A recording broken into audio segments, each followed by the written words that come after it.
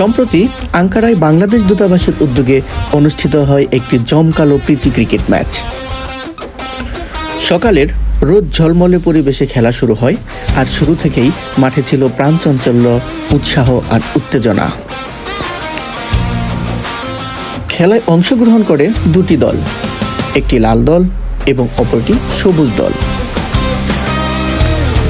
এই বিশেষ আয়োজনে উপস্থিত ছিলেন তুরস্কে নিযুক্ত বাংলাদেশ সরকারের রাষ্ট্রদূত সম্মানিত মান্যবর জনাব মোহাম্মদ আমানুল হক স্যার।